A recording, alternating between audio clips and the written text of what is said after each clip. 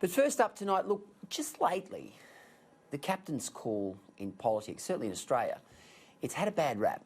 Now, Tony Abbott's Knights and Dames controversy, Scott Morrison moving Australia's embassy to Jerusalem, which of course didn't happen, and Bill Shorten saying he was going to repeal tax cuts for small businesses, and then after anger from his caucus he had to reverse that. Now, they of course angered colleagues and political allies and ultimately exposed the leaders who had got a little bit ahead of themselves, I must say. But there's a captain's call that Scott Morrison really needs to make right now, which will be universally lauded by free-thinking Australians.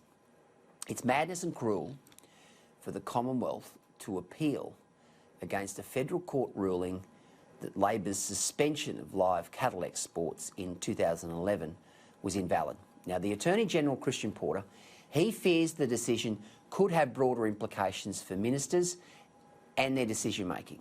And it's a cautious and it's a reasonable approach by Christian Porter to take. But the Coalition has long criticised the Gillard government's decision to suspend the export trade over animal welfare concerns, and it seems likely the Coalition will seek to compensate the affected graziers while appealing portions of the court decision. Now, the federal court ruled that the decision by Agriculture Minister, then Agriculture Minister Joe Ludwig, was capricious and unreasonable, and it amounted to misfeasance. Now, misfeasance is a legal term for the decision not being lawful. And let's be clear on this.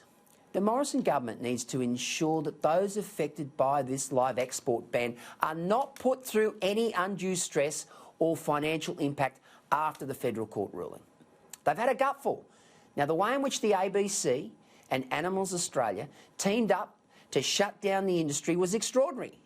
Grisly, emotive vision is the activist tool of trade.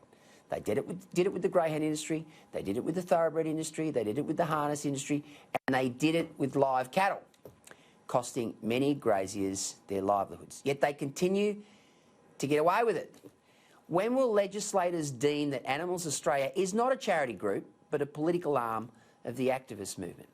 Hard-working Australians who rely on agriculture and grazing to earn a living are being terrorised by these people who break private property laws to secure their footage.